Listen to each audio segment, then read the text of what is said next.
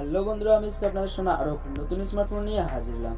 কম দামের মধ্যে বাজারে বর্তমানে সস্তার স্মার্টফোন চলতেছে ওপো F21 Pro। এই স্মার্টফোনটি বর্তমানে বাজারে ভালো সস্তার স্মার্টফোন হিসেবে পরিচিত। এই স্মার্টফোনটির সম্পর্কে এক নজরে দেখে নেওয়া যায়। এই স্মার্টফোনটি বর্তমানে 8GB র্যাম এবং 128GB মডেলে। এই স্মার্টফোনটির দাম রয়েছে 19,999 টাকা। লঞ্চের সময় এই স্মার্টফোনটি 22,000 টাকা ছিল, কিন্তু বর্তমানে 1,000 টাকা ছাড় দেওয়া হয়েছে এই স্মার্টফোনটিতে। ওপো এর স্মার্টফোনটিতে 32 মেগাপিক্সেল একটি সেলফি ক্যামেরা দেওয়া হয়েছে, আরও একটি সোনির ক্যামেরা রয়েছে। ছবির দিকে এই স্মার্টফোনটিতে অনেকটাই ভালো কোয়ালিটি দেওয়া হয়েছে।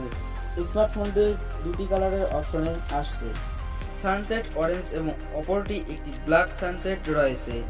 এই অরেঞ্জ সানসেটের পিছনে রয়েছে অপারেটিং সিস্টেম, লেদার ডিজাইনের রয়েছে এই স্মার্টফোনটিতে। অন্যদিকে প্রসেসরের দিক থেকে এই স্মার্টফোনটি একটি Qualcomm Snapdragon 8th generation mobile chipset রয়েছে। আগের ফোনটিতে আপনারা এভাবেই ওপো A50i স্মার্টফোনটির দাম কমানো হয়েছে। 4GB র্যাম মাত্র 6,999 টাকায় ওপো A50i এই স্মার্টফোনটি বর্তমানে রয়েছে। অন্যদিকে একটি 6GB র্যামের মডেলে এই স্মার্টফোনটির দাম বর্তমানে 14,999 টাকায়। 21 রিলায়েন্সের সম্পর্কে এই স্মার্টফোনটি বর্তমানে 15,990 টাকা থেকে শুরু করে আরও একটি ওপো এর ফোনের দাম অনেকটাই সস্তা হয়ে গেছে, সেটি জানিয়েছেন ওপো এফ সিরিজের কোম্পানি। 128GB স্টোরেজ এবং 4GB র্যামের মডেলে এখন রয়েছে 15,999 টাকায়।